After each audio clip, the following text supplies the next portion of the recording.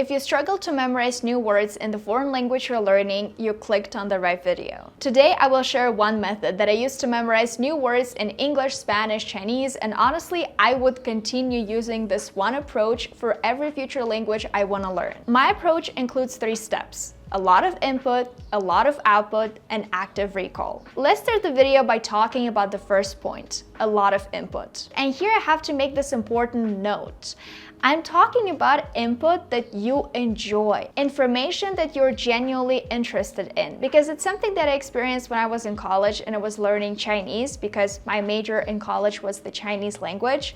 I had to memorize a lot of texts connected to economy, oil, and gas, and honestly, that was not the input I was interested in. And that's why my Chinese was honestly not improving that fast, because I spent 5 years in college. Now, if I spend 5 years learning a foreign language actively, I'm definitely gonna become advanced. But in college, I did not become advanced. I probably got to this like B2 level, maybe sometimes C1, but normally B2. And so input, meaning information that you can understand and that you're interested in, is so crucial. Because of context, words stick in your brain a lot better. When we try to isolate words from context and only focus on translation, for example, what might happen is you forget how to use the word or phrase in a sentence, and because of that, this word becomes basically unusable, useless. Our brains tend to remember words and phrases that we are likely to use. Vocabulary used in a context we find exciting or are passionate about is more memorable. If I watch a YouTube video on nuclear energy in English, most likely I'm not gonna remember any new words from there just because this topic does not excite me. However, I remember when I was in college, at one point I became so interested in space. Like, I was reading a lot of books, I was watching a lot of movies, documentaries in English, everything connected to space, spaceships, I don't know, rockets and stuff like that. And of course, there were a lot of words I didn't know, but I learned all of these words extremely fast because it was the input that I loved and I was excited about. And so because of that, the vocabulary became more memorable. You can also make a list of all the topics that you're interested in and you want to learn more about.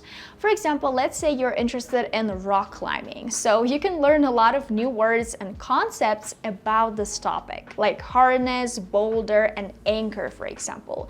But because you're naturally interested in this topic, you're gonna learn all of these words way faster. If you love traveling, you probably talk a lot about your trips and experiences. And plus, it's a great way to learn new words in a foreign language. And with Filmora's LUTs, you can create unique color effects for each location you have visited, evoking the unique atmosphere and emotional experience of the destination for your audience. Let me walk you through how to do it. As you can see, I have all of my clips exported in the timeline, and if I go to color on the right, I can change the settings of the clip very easily, just like this. So if I want to do all the color correction by myself, I can do it just by using all of these settings. But I can also go up here and choose a preset. And in the filming world, presets are called LUTs. Just by hovering over every single preset, I can see what it will look like on my clip. Okay, I think for this clip, I'm gonna choose the TV preset. I can also choose one of the LUT presets right here as well. For example, let me choose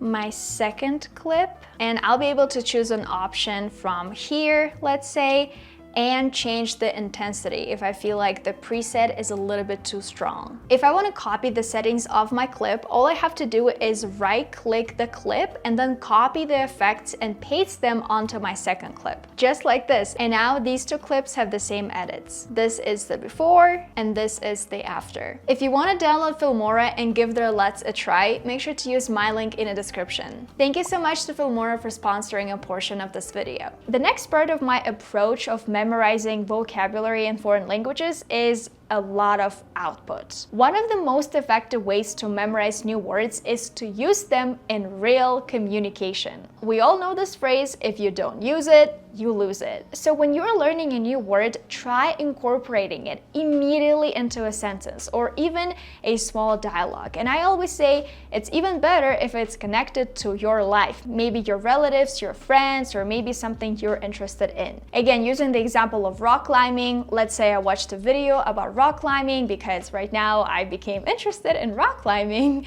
And so then I can journal about it, for example, and use all of the new words like boulder, anchor, and hardness in my text. This will help you remember the words better and also use them in context. And obviously, because right now you're producing everything, you're training your brain to be able to retrieve this information. Not just memorize it and forget it, but actually retrieve the information and use it in real life. And we can easily put any word in context and connect it to our lives if we journal in a foreign language. Let's say you're trying to learn this new word, soothing. So first you have to understand how to pronounce this word correctly. You can look it up on Forward, for example, and then you need to know what this word actually means.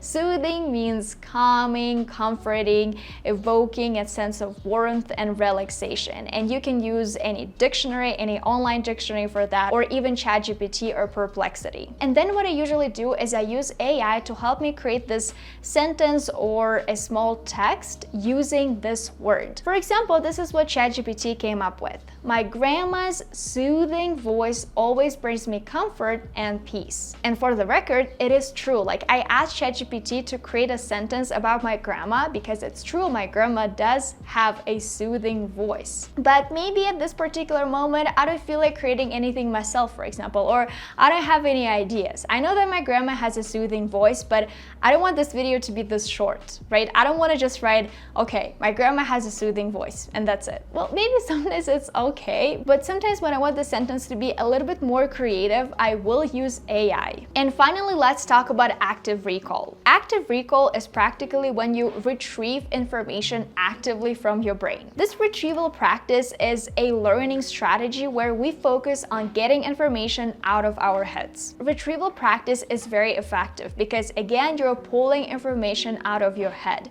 instead of cramming information into your head. And as I mentioned before, input is a very big part of the learning process for sure, but you do have to teach yourself how to retrieve all this information, how to pull all of this information out of your mind. If you're interested in linguistics and this retrieval practice, you can look up this guy's name, Jeffrey Karpicki, and look at his research because he has done a lot of research on this topic, why active recall is extremely effective when it comes to processing new information. And when it comes to language learning, flashcards are a very powerful approach to memorize new words, new sentences, new phrases, and even grammar. I personally prefer digital flashcards to old school paper ones, but if you like creating your own paper flashcards, do it too. I just think that digital flashcards are first environmentally friendly, and also most importantly, they can be used anywhere at any time.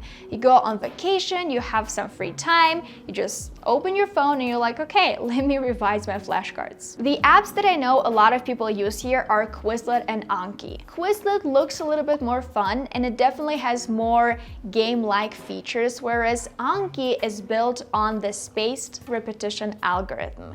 Yes, maybe the interface of the app is not that pretty, but I personally use the app not because of the interface, but because it's effective, because it helps me learn new words. So that's why I personally use Anki. Important comment that I have to make here is that one of the most common mistakes of language learners is to learn all the words they come across. For example, you're reading a book and you see a word, like a random word, and you're like, okay, I definitely need to memorize it. I need to memorize every single word I see. And I think the words you should remember should really depend on your goals and on the life that you plan to have in this language. If you almost never read classical literature and now you're you're reading Hamlet, for example, you probably don't need a lot of words from there. But if you're a die-hard fan of classical literature, yeah, maybe you should memorize a few words from there because they might help you in the future read other books. So please always be more mindful about all the vocabulary you're learning. I think it's going to be it for this video. Don't forget to click the link below and download Filmora and try their LUTs to make your editing faster and more fun. If you like this video, don't forget to give it a thumbs up and subscribe to my YouTube channel. If you're thinking about what to watch next, I highly recommend checking out this video right here. Here I talk about all the resources that help me learn English to the level I have right now. So make sure to click right here and check it out.